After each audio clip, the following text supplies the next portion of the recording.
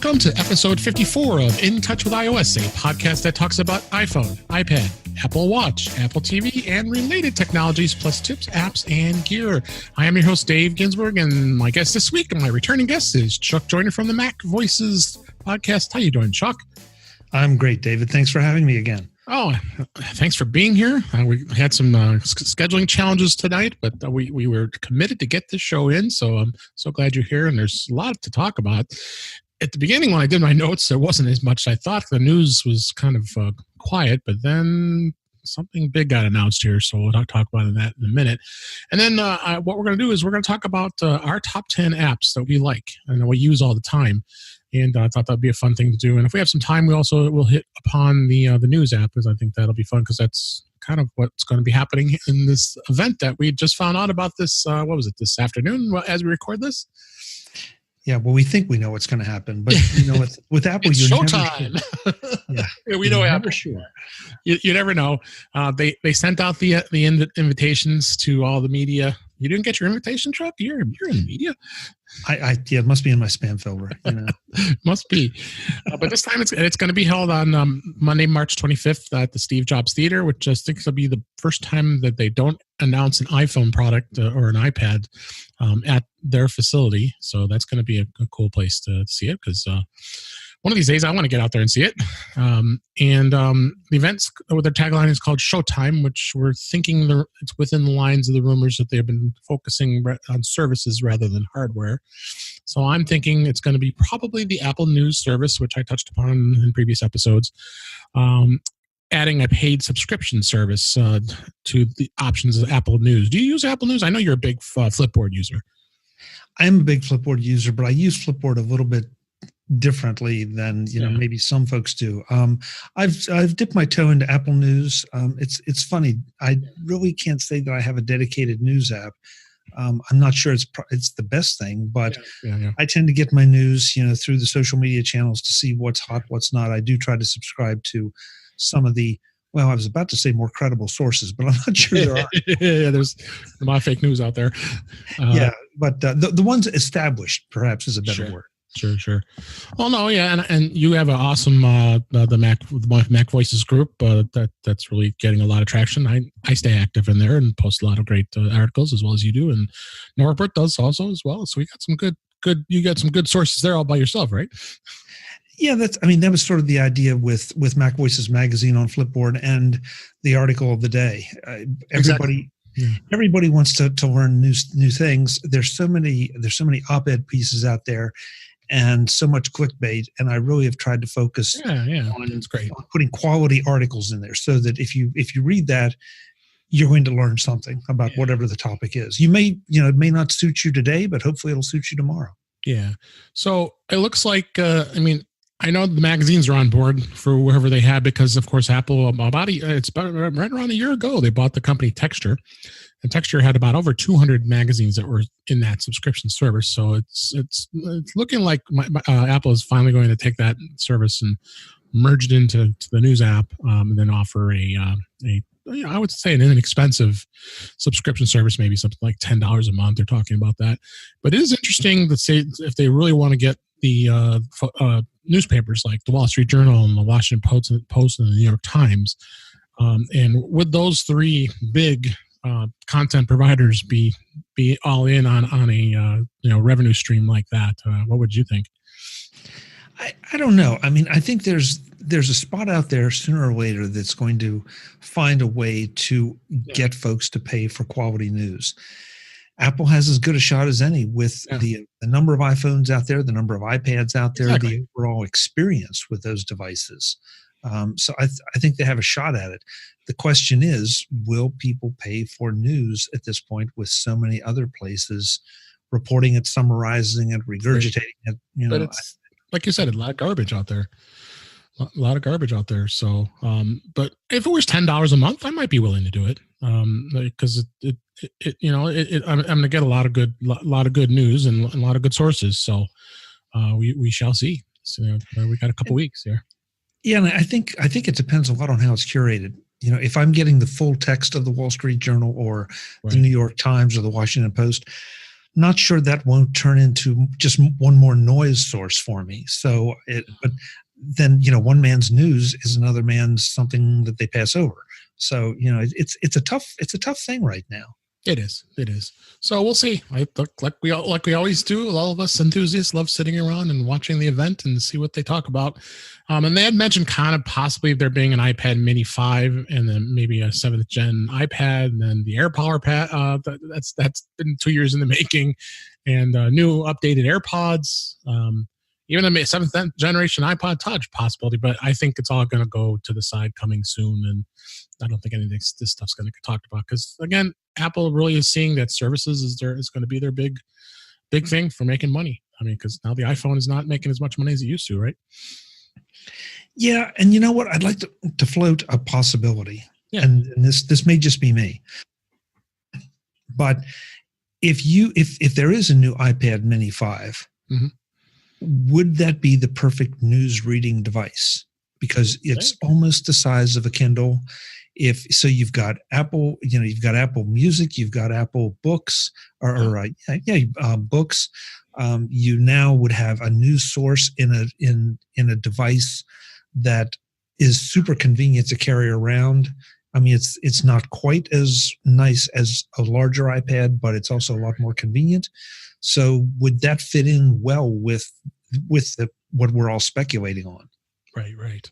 So yeah, I would think it could very well fit into that scheme. So it's definitely gonna be interesting. They're also saying Apple just released today the developer beta 12.2 iOS. I think that's beta 5. I'll talk about that in a minute. And they did say that there was a signs of subscription service already being spotted in the update. So something's it's happening. It's just a matter of how much and what's going to be in the content that we really we'll see. But it should be interesting, don't you think? No question. One more service from Apple. Yeah, and probably more money out of my pocket.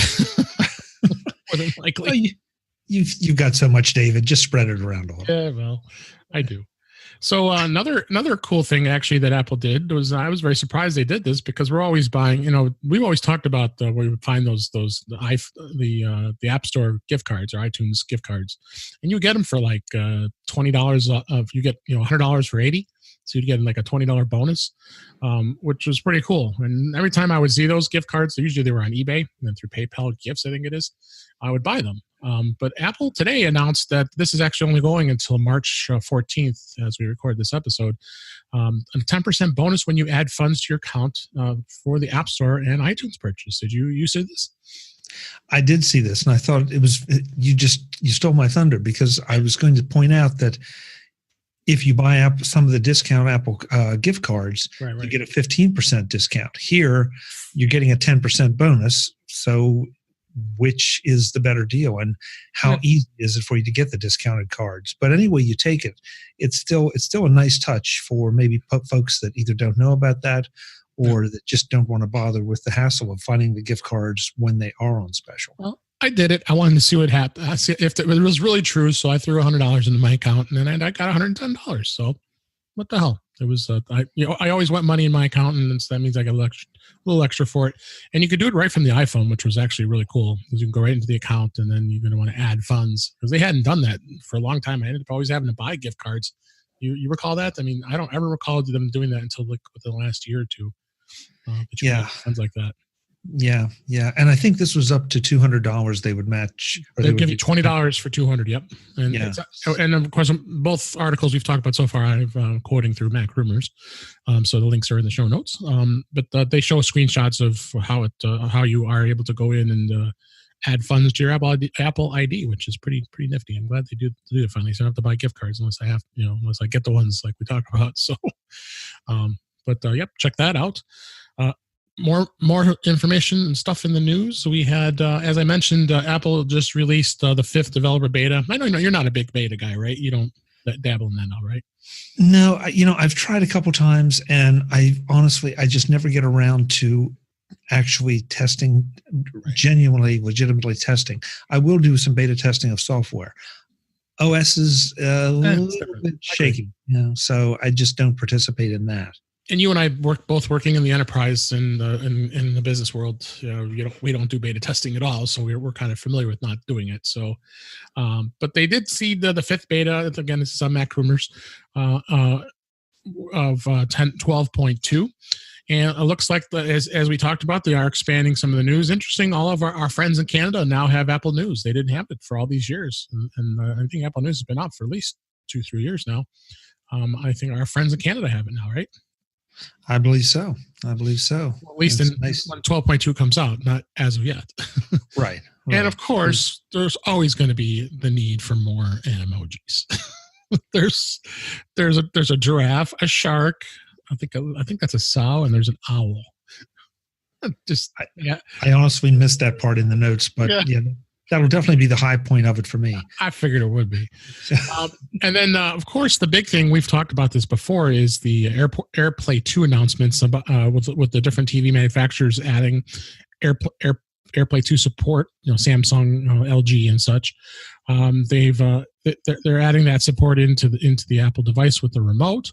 And it'll be, and when it's, you'll also, looks like some things that'll be added with tvOS, where you'll be able to ask Siri to play specific TV shows, which I guess you couldn't do that before.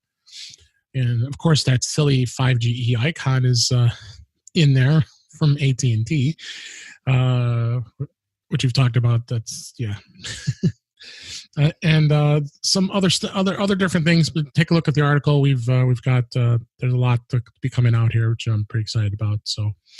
We always like new OS updates when Apple officially releases them. So I would anticipate that this does get released during the announcement on March 25th. That's been pretty much Apple's track record. Don't you think? Yeah. Either during or right after. I would agree. Other article that caught my eye was replacing the batteries in your AirPods. Are you using AirPods right now? I'm just not using them today. Your battery life been okay? I'm assuming you've had them since they came out. I've had them after, not right when they came out, because I was not an early adopter on these because I was a bit of a skeptic. Sure. But I've had them since, I guess, the January after they were introduced. Okay. And I haven't seen. Let's put it this way: I haven't noticed any deterioration. I use my AirPods a lot, but they tend to go in and out of the case. So I can't say that, I run them right into the ground very often. Well, this article is on Apple Insider. It actually shows the batteries of them actually taking it apart, which is interesting to see how the battery is. It's actually in the stem. And it looks like the batteries really were bad in theirs, showing like the 67% charge, and then the left one and the right one are having challenges, and then the batteries were low. And so, how much does it cost to repair it? Well, Apple will do it. They will repair it. There's battery service for the AirPods, and they charge $49 each. Like, okay, that's $100. So you could probably, I guess, you save $60, but you also have older AirPods, right? Yeah, and it's interesting. I don't think any of us really thought about that part as we started to adopt these. Don't misunderstand. I would not give up my AirPods. I love these AirPods. I do too. You didn't think about them as having a finite life. Yeah, I didn't either. I mean, well, they're batteries. So check out this article. A lot of good information if you're interested about AirPods, and it will definitely give you some insights if you are having challenges with your AirPod batteries. I would think most people aren't. I haven't heard too much. This was the first article, that's why I caught my eye here. It's the first article I've seen they actually talked about the replacement of batteries. So. What else we got here? And the one article I wanted to bring up, and this actually was on iDrop News. This is a more obscure site. I don't know if you ever checked their stuff out, Chuck. This was news to me. Yeah, this is a different site. I've been following this one for a while. This site, and they've got some good information. They have a lot of pop-ups, which is kind of annoying, but so does Macworld. So, the debate whether you should how often you should shut down your phone. Do you shut down your phone at all? Not on a regular basis. No. And it's oops, sorry. Siri's talking to something. With the Mac, I do. I Sure, do of a bit of a regular shutdown cycle. With the iPhone, I'm embarrassed to say I never really gave it much thought. I just turned it on, and Okay. there's an update or something that needs to restart it. Yeah, but I can't say that I shut it down and restart it on a regular basis. And maybe it's a good idea. Well, I actually do. I do shut it down maybe once a month.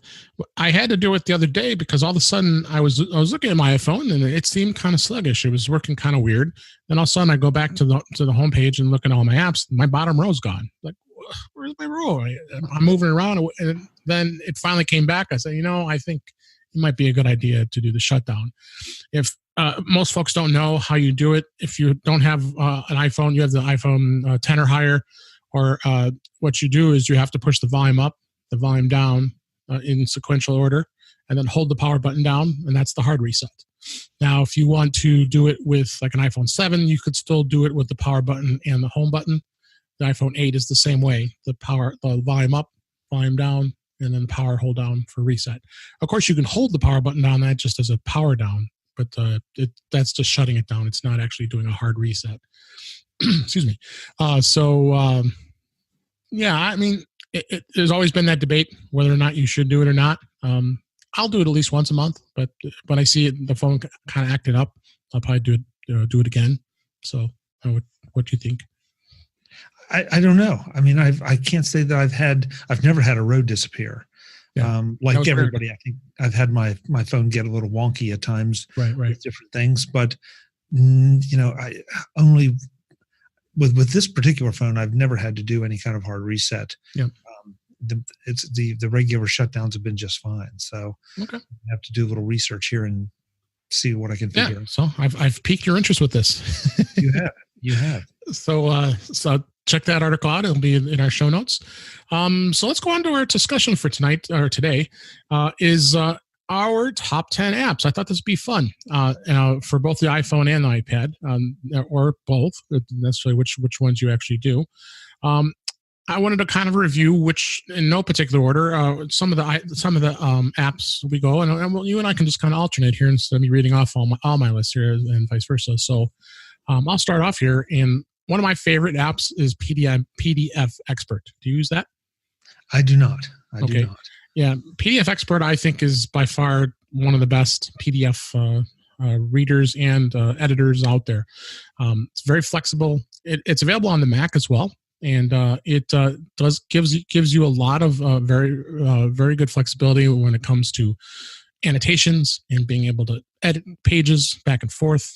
A lot of great flexibility with that, and PDF Expert is just a very, very good product. It's made by Riedel. I know you guys.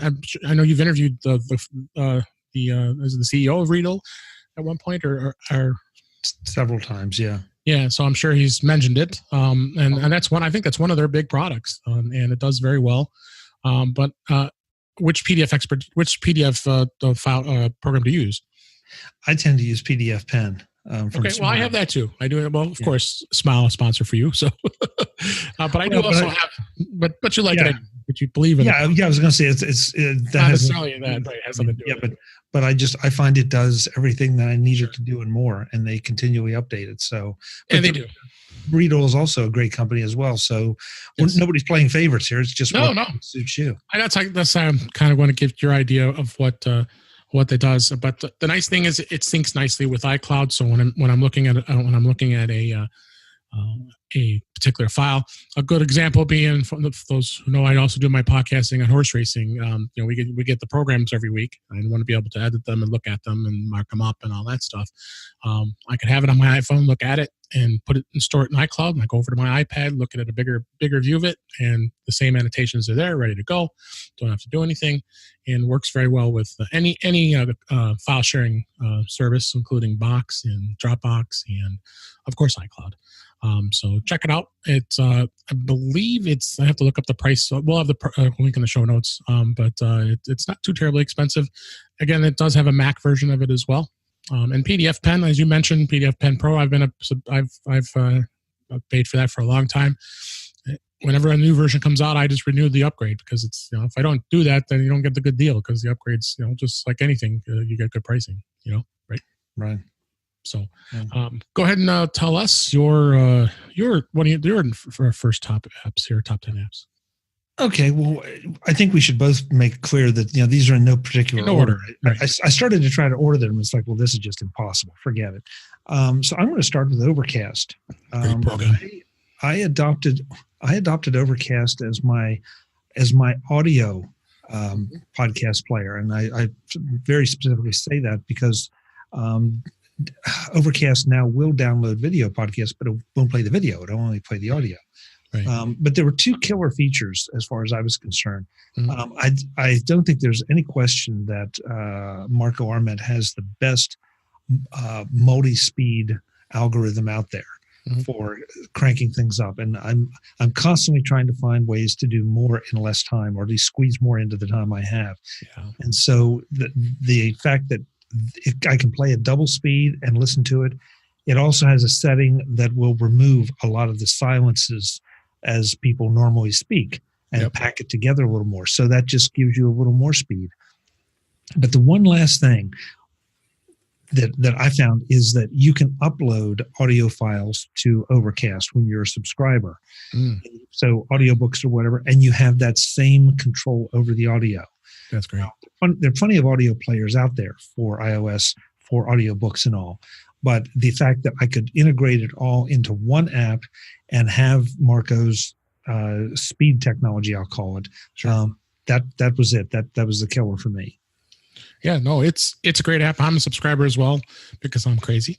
I got to subscribe to lots of things, but being a podcaster, you have to play with all the podcasting apps. I've pretty much, if I look at my phone right now in my podcast folder, I must have at least 5 different podcast apps that are in my folder. But do I use them all? No. I'll go back and tell you my favorite podcast app is Downcast. I don't know if you've used that or not, but I have, and that is my second favorite, and that's what lives on my iPad, and that's where I tend to use it to subscribe to video podcasts. Yes, and that's what that was what kind of held me up with a lot of the other different podcast apps that only do audio. I want them to do both. I got to watch MacVoices, and it's much easier to watch it through Downcast than be able to watch a video. Of course, Overcast won't do it for you. But the other nice thing I like about Downcast is the way it just orders all your podcasts. I mean, I'm looking in my library right now. I have 90 different. I'm subscribed to 90 different podcasts. Do I listen to all those podcasts? Of course not. I have not enough time in a day to look at those. So, but I want to be able to have them in there to be able to search through. And if I decide I want to look at or listen to a podcast, it's right there. But I love the support of that. And of course, Overcast has a lot of very similar features with it. But the big key for me was video. I just I always end up going back to Downcast when it comes to listening to podcasts out there. So, but it's good to know is your second best, and I guess Overcast is my second. So, flip right there. So, exactly. What's your third one? So my next one would be Waze. And simply because I do a fair amount of driving for work, and I really appreciate the fact that Waze, not only can it provide navigation like Apple Maps and Google Maps and all, but you get those real-time alerts from other Waze users on the road. So if there's a speed trap that pops up, if there's a deer that gets hit on the road, if an 18-wheeler's retread comes off, somebody's going to punch it into Waze, and you're going to know about it most of the time before you get there. Yeah. And that to me is invaluable because that's not something that everybody else offers. Mm-hmm. Yes, I know I'm giving up some privacy because by the very nature of it, I have to have a Waze account, and that means they know where I am and what I'm doing and all that. But it's a trade-off I'm willing to make. Sure. It's a good app. I like it too. I'm glued to Apple Maps. I don't know why. I just continue to use Apple Maps, but I need to start using Waze more. Sometimes it's not as accurate as I thought it was, but it's definitely great. And well, actually, Google owns Waze, right? Didn't Google buy Waze? Oh boy, I don't know. Somebody bought Waze. I can't remember. Somebody bought Waze. You may be right. You may be right. I think Google did buy Waze, and they're just letting it run independently. So okay, well, it's one more thing that Google knows about me. Yeah, no, that's the way it goes. They know everything about me anyway. I can't worry about it. My next app is Just Press Record, and this is a really nice app that allows you to be it's kind of an extension of, or it's an updated version of the voice memos app that Apple already provides, and it does allow you to be very flexible with recordings. You can go in and has a lot more settings that you can change as far as settings goes. It does auto transcribe, where you can actually transcribe short recordings, and you can make changes to that or all recordings. So that's kind of a cool feature it has. No, I really like the app. I don't know if you've used this one or not. I have not. I know about it, but recording things on my iPhone is just not something I do that often. And when I do, the voice memos is adequate for me. Sure. I think it wasn't a terribly expensive app, but that's the one I liked. And what is your next one? My next one is Gmail, which may surprise some folks. But the Apple Mail app just has a few challenges for me. I do use it for a couple accounts, but I just find that consolidating things in Gmail, again, we're talking about that compromise of privacy over features. Sure. But Gmail just does so much. It's pretty much bulletproof. And I'm sorry, just nobody does search better than Google. Great. So if I'm trying to find, a note from David Ginsburg from 1999, the odds are that if I can drill down enough, that Google will find it. And that's just a killer feature for me, because I gave up long ago filing my emails. It seemed archaic and a burden. And so now, and 98% of the time with search, I can find it just fine. Yeah. Oh yeah, it's a good app. I use it. Are you able to use it with your custom domains too, or just Gmail?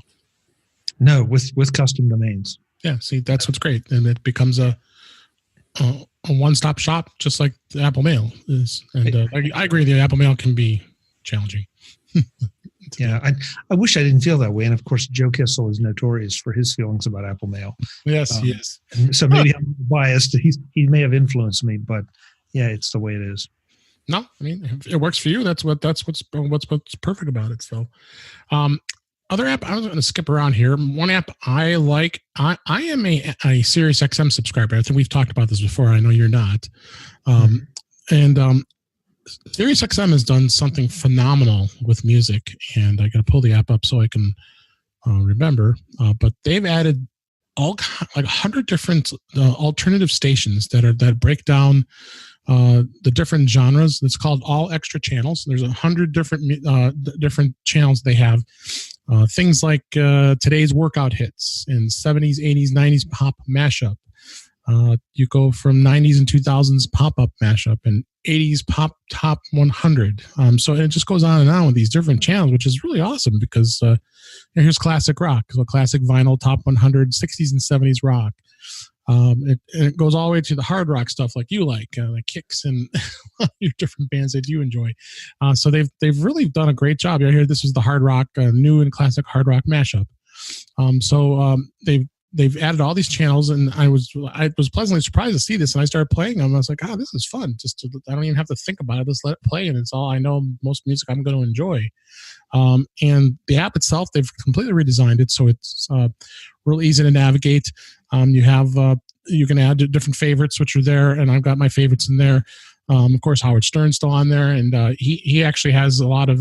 They're doing video for his show too. I know it can still kind of be probably a little disturbing sometimes what he shows and what he does, but sometimes he's fun to listen to. So he's on there, and of course all the comedy, and I mean they have the George Carlin channel, which I love. I really love George Carlin. I miss him. He's just one of the funniest comedians that ever lived.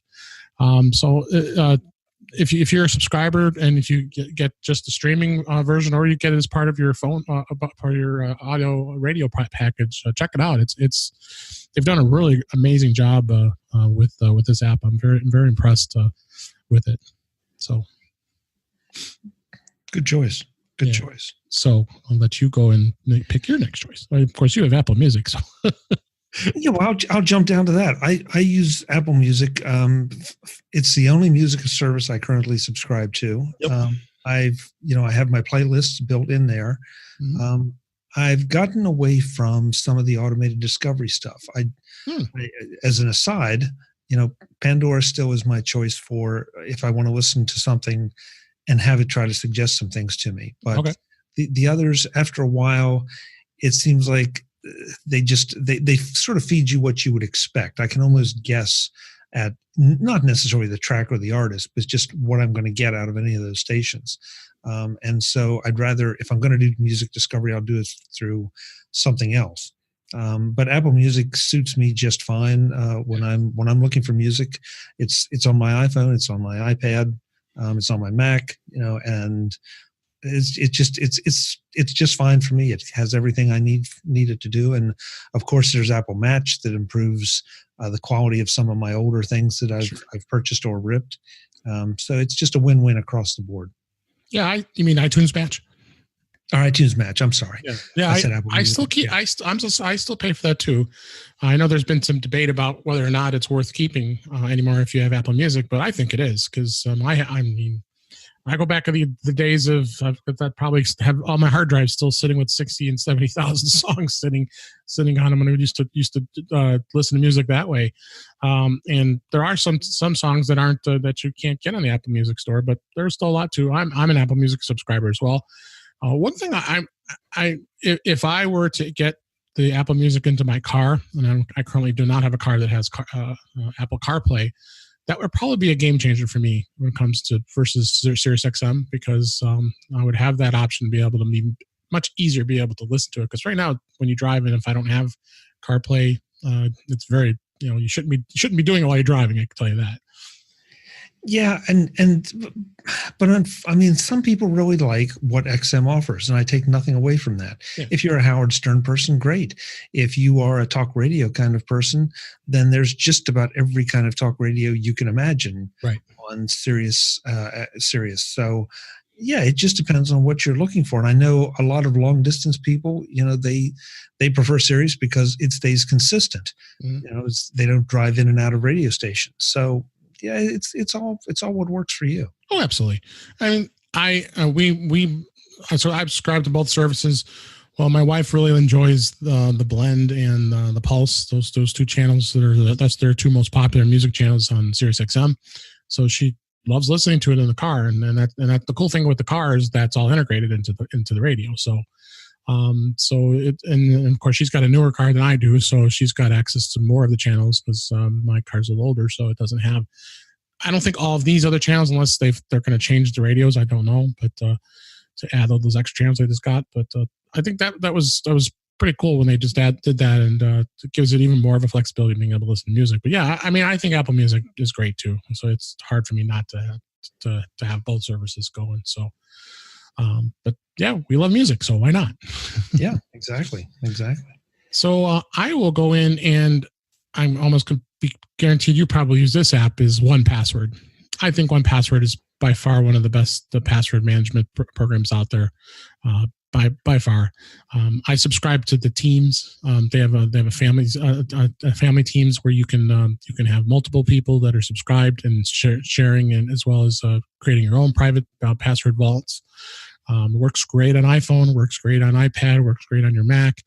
I think even have a Windows version. And I think just the way it does, the way it manages passwords is by far the best. I mean, I know people like LastPass and a couple others, but to me, I think it's one of the best. I assume you use it too? Absolutely. And I agree with you. It's funny, it didn't make my list just because it's so natural that I kind of forgot about it. But yes, I've absolutely loved 1Password. And I guess it's only responsible of us to put in a plug for any password manager. 1Password is our choice, but whatever you like, for heaven's sake, please use a password. Yeah. And the great thing now is it's got integration in iOS where you can, just like with the iCloud keychain, you can use it as your password manager of choice. So when you're going to a website, it'll automatically populate for you. I've talked about that in previous episodes. So that's a great feature in iOS. I actually use both. Do you shut off iCloud Keychain? Yeah.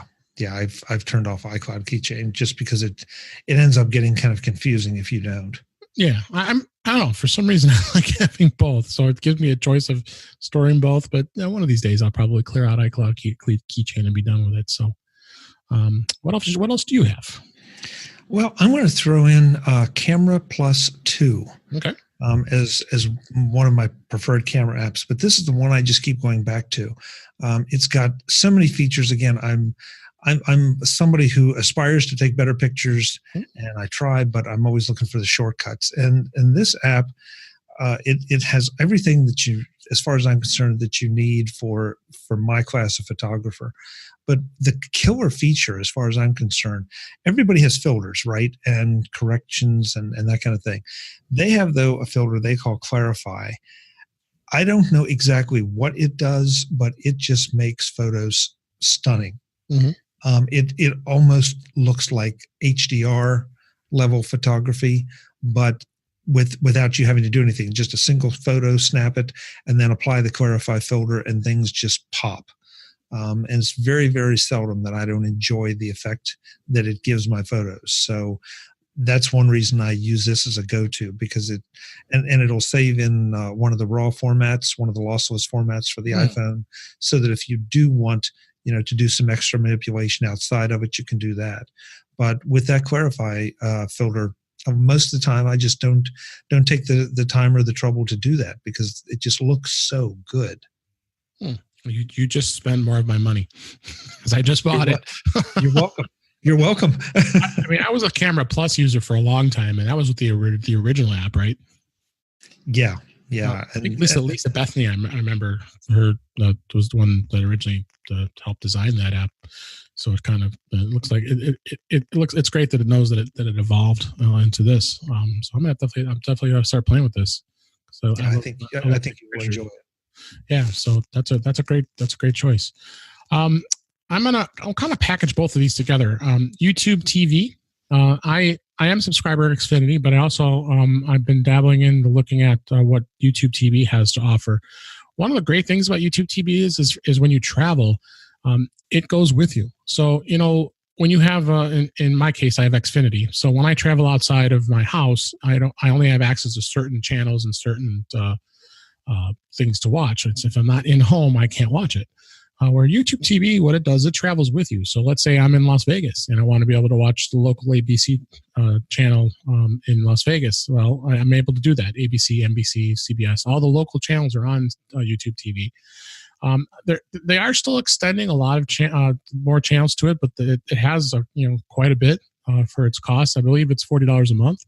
It really depends on how much you like TV and want to be able to have access to things. But I've been actually enjoying it. I actually had the $35 plan, and I'm still doing that. And we'll see how it goes. I might just decide to cancel it at some point. But that's a great service that's available. And looks like Google's really pushing hard to get more channels added to it too as well. I don't know if you've had a chance to look at that at all. I have not. You just may have spent some of my money back because I didn't realize there were those local channels on YouTube TV, and I'm just looking it up here, and it looks like at least several of mine are on there. And so, wherever you are, of course, me being in Chicago, so I'll have all my Chicago local affiliates.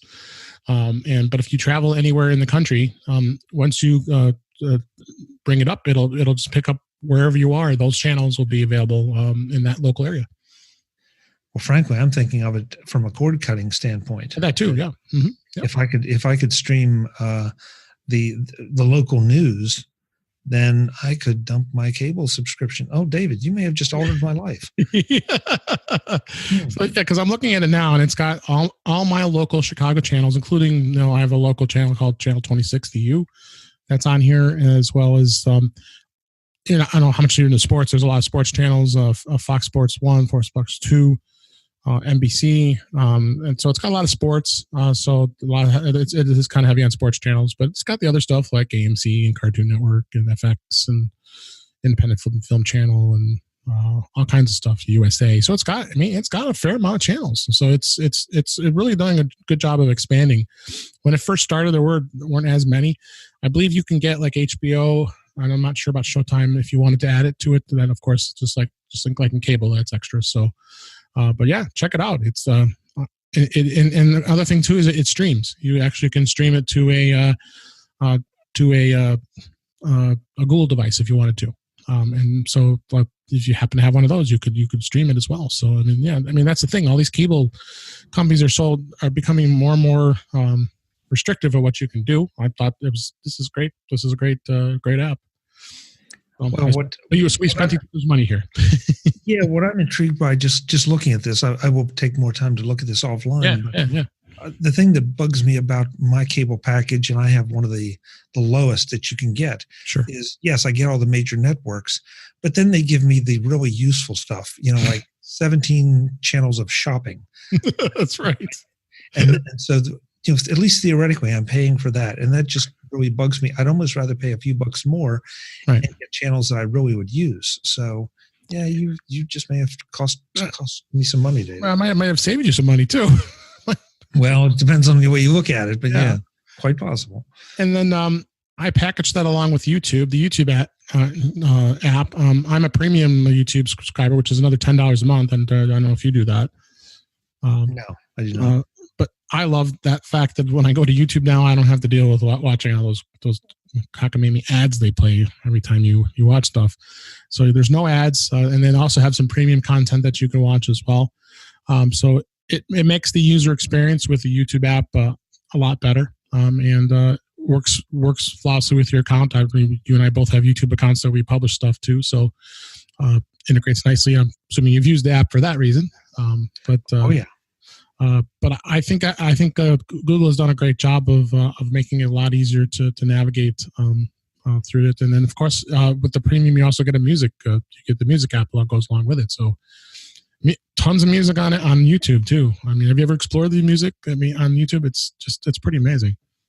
It is, and it's interesting because there's things that are out of print that you can find on YouTube. Exactly. That you aren't going to find on Apple Music, for better or worse, or any of the other services. So it is a good place to go and check out. I haven't found the value in it to pay the money for it when I can listen to it. And we have other services. Well, use other services that are more convenient. But if I'm really looking for that particular album that I want to hear that is out of print and I haven't been able to find anywhere else, that's where you're going to find it. Yeah. So what's the next one you have? So my next one is Busy Cow, which is a bit of a crossover to Busy Cow on my Mac. But that is my calendar app of choice. I prefer it. It handles multiple calendars. It handles sharing of calendars so well. I really like the interface. I know there's a number of other sexy calendar programs out there, but Busy Cow, the dynamic duo of Busy Cow on my Mac and on my iOS devices lets me know where I need to be, when I need to be, and lets me track other people's calendars that I need to be tracking as well. So I love it, and I haven't seen any reason to move away from it. No, yeah, I've heard good things about Busy Calc. I had it for a while, and I stepped away from it. But I'm not as heavy of a calendar user as you are. But I know you use a lot of other services when you try to get your guests to come on and stuff like that. I think Doodle you use, right? I use Doodle as a way to organize groups without the back and forth. Yeah, exactly. I know for sure that's a great app. I should relook at that again. Spending more of my money now. The other app I also use for weather is Carrot Weather. I think Carrot Weather is probably one of the best weather apps out there, as far as giving you a good analysis of what's happening in your area. Breaks things down very easily. They also have fun. They even have fun things where you actually can start going and tapping on things. I forgot what this is called. They have do you use Carrot Weather? I do not. It's one of those apps that's on my list of apps to check out. I tend to use Dark Sky. Okay. Yeah, I have Dark Sky too as well, because I have to have every app, right? I couldn't bring that information to you if I didn't have these apps. But it does do a very good job of breaking down the weather and searches things very easily. And you could set current locations just like all the other apps. And it's interesting thing it has sitting here right now. It says right now in Chicago it's 33 degrees, and it says don't blame me if this forecast is inaccurate. I'm busy trying to figure out how I'll fit another streaming service content into my schedule. So they put funny stuff in here, and the great thing is that you just scan through a bar and shows where the temperatures and what the weather's going to be hour by hour, and you can keep scanning through, and it just keeps. And it keeps a very easy way of understanding the weather.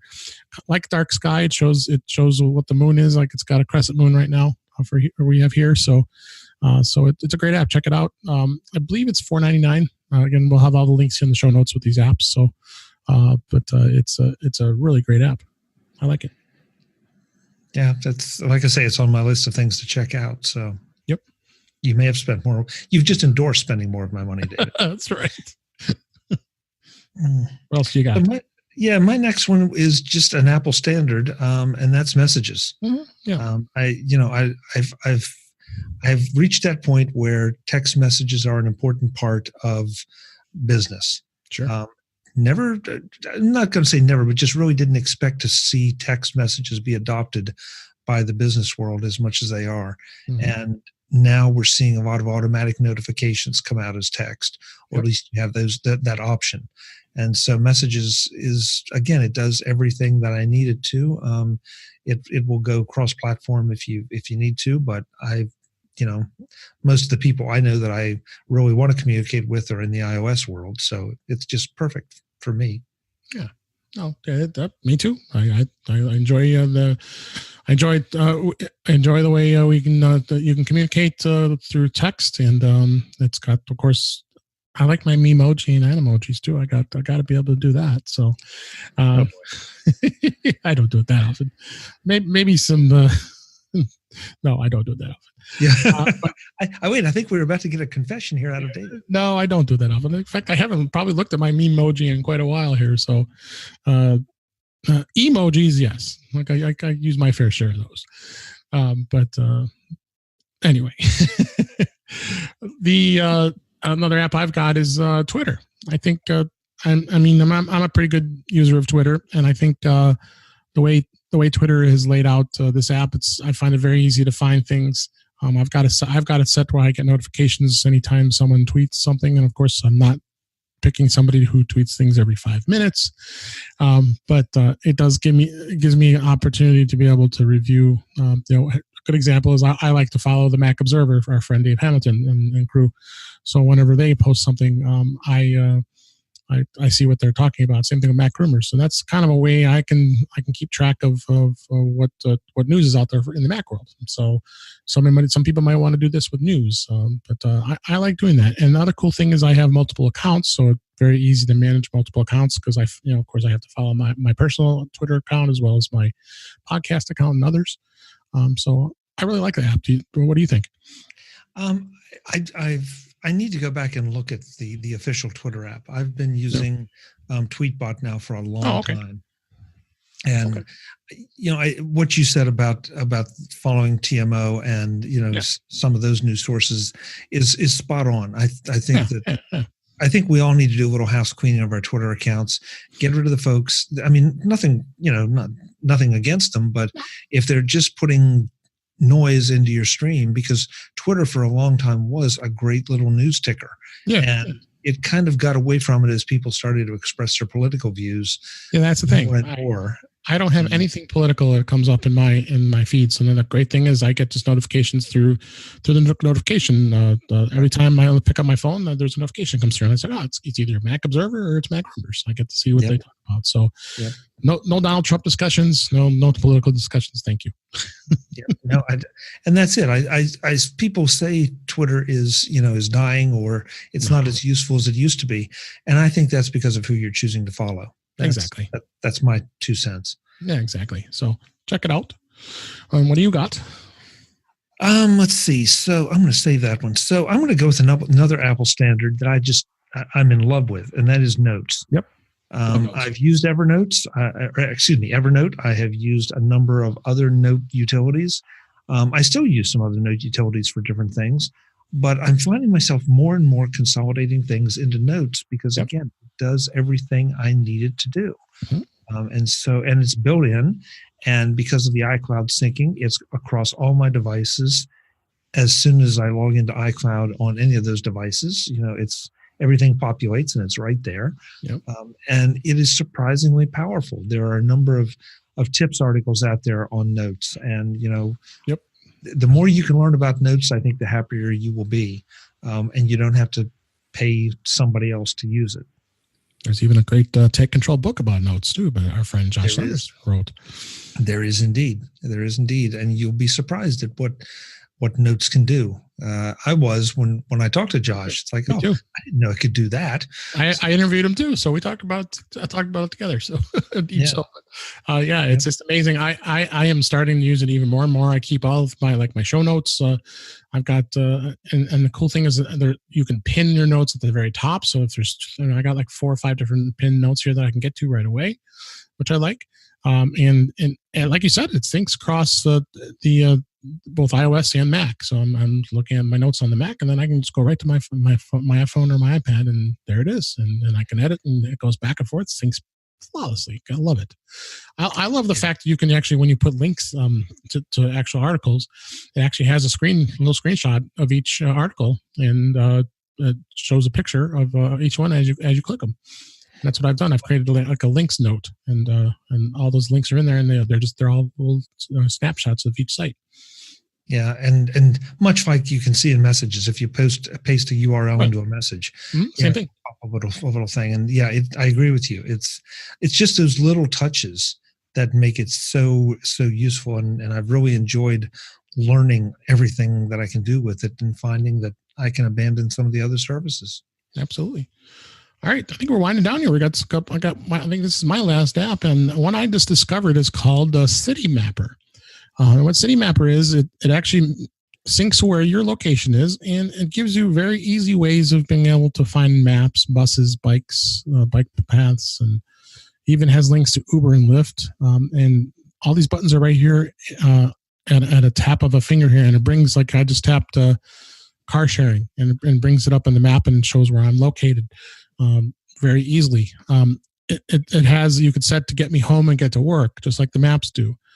You could set a sample place in there as well, and very very well laid out, and it works in most cities, and it's free, which is great. I don't know if you have taken a look at this one or not, but I have not. That's I think it's one of those that I've read about when it came out, but I didn't need it at the moment, and it sort of got by me. So that's good to know. Well, I just clicked cities, so it might be limited on cities now I think about it. I'm looking through here, but there's quite a few. Let's see, it's showing Toronto, Baltimore, Philadelphia, New York, Montreal, Boston, so a lot of the big cities, even Mexico, Vancouver, Lisbon. So it's got all over the world. So I have to check it out. When I'm in Italy, I'll have to see if there's any place. I'm not going to Rome, so we'll have to see if it has any other places so we can, hopefully I'm not driving, but it's a great little app. Yeah, and that's, I said, the great thing about it is free. Good. You got one more to wrap up on, or maybe two?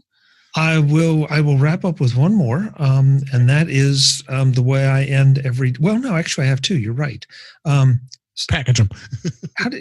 It's tough to. So, but I'll hit them both. First of all, I do use Audible quite a bit. I've gotten to the point that there are books that I need to read. There are books I want to read, and I just can't find the time. And it is surprising how much you can pack in. Again, if you go back to that high speed thing, now Audible can't be loaded into Overcast, but Audible has its own algorithms that will let you speed the reading up. Nice. And so, I can get a few chapters done while doing the laundry, or, cleaning out the garage or whatever. And it's a great way to make time go faster, and especially if you got an extra long drive. If you're out of podcasts, or if you just want to just sort of change it up a little bit, Audible is phenomenal. And my last app, maybe I named too many, but anyway, my last app is the way I packaged YouTube and YouTube TV. Oh, is that what happened? Yeah, you're right. That's what happened. My last noise is the way I end every day. It's an app called White Noise. I turn white noise on every night to sleep, because that drowns out everything. I learned about using white noise in college to drown out sounds that would normally keep you awake. And it's perfect now because wherever I travel, wherever I go, if I don't have a white noise machine with me, I have the white noise app. And actually, I've quit using my white noise machine in favor of the app, just because that way, again, wherever I go, I've got something completely uniform. So it feels like I'm, as much as possible, I'm at home and get, at least theoretically, a better night's sleep because of it. Oh, that's awesome. And gosh, we've gone through all our apps, and I think that was a lot of fun. I appreciate you getting us a list, as well as I got a list here for everybody. I think they found out some more things about iOS apps and what they can do. So before we leave, though, I wanted to touch a little bit about MacStock. Yeah, MacStock 2019 is coming soon. It's July 27th, 28th. What do you think about MacStock? Oh, well, you know what I think about MacStock. I know, but tell our listeners. Okay. Well, MacStock is one of my favorite weekends of the year because you're getting together with friends, you're meeting new friends, you're getting to hear some really great presentations.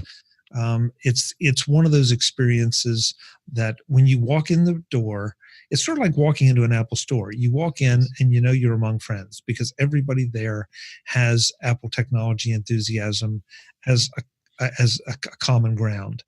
And it's absolutely so much fun. Mike Potter, the organizer, does such a great job from an event perspective of putting together great speakers and putting together a very fun event. And of course, Barry Falk also does his thing with the Midwest Mac Mingle. So he's sort of the social director for the day, or for the night, more accurately. Yeah, night. So, it's just fun. It is so much fun. It is. And according to the website, it's 137 days away. So we got a long time yet, but it's going to come up really quick here. And I think it's one of the best bargains out there when it comes to a conference. 2 full days of geeking out and talking about Apple and talking about different things related to Apple and related to technology. There's going to be there's going to be the film festival. That's right. Was already announced through Wally Cherinsky, right? That's one of the attractions. I believe we've got more to come. And you and I may possibly be announced presenting again. We don't know as of yet. We're not going to steal any thunder yet, but it's nothing official. But I've spoken the last 4 years, and hopefully the 5th, and I've had a blast. I've had an absolute blast. It's really evolved. I've seen it go from its small audience of the first year where we put that event together. When was it, 8-10 weeks that first year? Yeah, in 2015. So I got to meet you and meet Allison and meet all the other fun people, and we got to be, like I said, we're now friends, and we've made a lot of new friends, a lot of great opportunities for networking.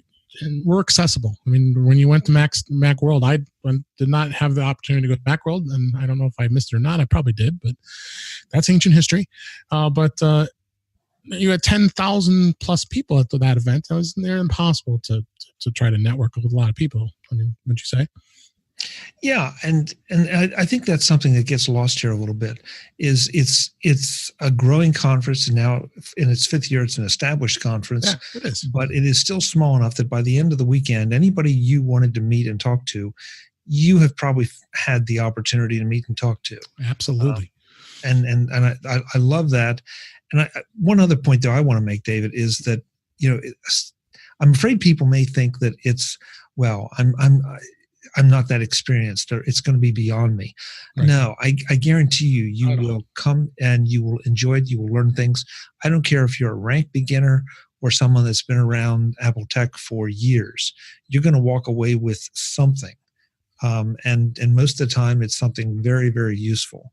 So don't feel like it's not for you, because it really is for you. Yeah, I mean, and that's the great thing. I mean, I love teaching people, whether they're down to beginners all the way up to advanced, and every single person that's either spoke there or comes out who could be an advanced user is very down to earth. They're going to want to talk to you. They're going to want to network with you, and they want to find out what makes you buzz with Apple. And other cool thing is our friend David Sparks and the crew of Mac Power Users, which is a big podcast is going to be recording their 500th episode, which is pretty awesome. So we'll get to watch that too. So pretty excited about that. So come on out. I'm going to have the link in the show notes. It's macstock2019.com. The 2-day weekend pass is $179. That's like a bargain. Think about some of these conferences that charge thousands of dollars, and there's so much you're going to learn in 2 days with this stuff we do. The way the event goes, it's 20 minutes of a presentation, and then that speaker will also then turn around and do a longer, deeper dive, and you'll be able to learn more about that topic, which is great. And all kinds of other stuff. Just take a look, check the site out. They even got great food. The food has been awesome every year we've had the event. So and it's in Woodstock, Illinois, which is just outside of Chicago, my hometown, and it's at the McHenry County College at campus, and really nice venue. Come on out. I think, Chuck, you can say even more. Come on out, right? Yeah, just do it. Just do it. Just give yourself this one treat. And I think, so here's the warning about it. Yeah. If you do it, you're hooked, because you won't want to miss another year. And that's all I can say, because the first year I came, it's like, okay, come and see what it's like. Well, now I don't want to miss it. So we've been to every one, and I think it's going to continue. So that's how much else we can say. Come on out, macstock2019.com. And my gosh, the time has just flown by. We've had a lot of fun here. But tell our listeners where we can find you and all your great stuff that you talk about. Well, the best place is, of course, my website, MacVoices.com. That's where you'll find all the shows, audio and video versions of each show. You can find me on Twitter as @ChuckJoyner or as @MacVoices. And I'm just on just about every social network you can think of, most of the time promoting the show and hopefully engaging, audience members, and, trying to answer questions and just get people to enjoy their Apple tech. That's what it's all about, and to get to know some of the people behind all the great apps we use. And as I've said many times, Chuck was the one who inspired me to do this podcast, which is now going on 3 years, which I can't believe. 3 years ago, I did started this podcast up. So, yes, check him out. He's got some great content. Also all your CES content. That was just how you do that every year. I don't know, but check it all out. You're great. That's it. Just no sleep. That's all. That you're good at that. So. All right, let's wrap this up. And that's a wrap for this week. Please send your comments, questions, and suggestions to our email address at feedback@intouchwithios.com. You can follow us on Twitter at intouchwithios. You can subscribe in your favorite podcatcher, including Apple Podcasts, Google Podcasts, Stitcher Radio, Spotify, and TuneIn Radio. Or better yet, go to our website at intouchwithios.com, where all the links to listen to us are there. I am Dave Ginsburg, and you can follow me on Twitter at DaveG65. Again, Chuck Joyner, thanks for joining me. Thank you, David, for having me. It's always fun. Yes, a lot of fun, and thanks for listening, and we'll talk to you next time.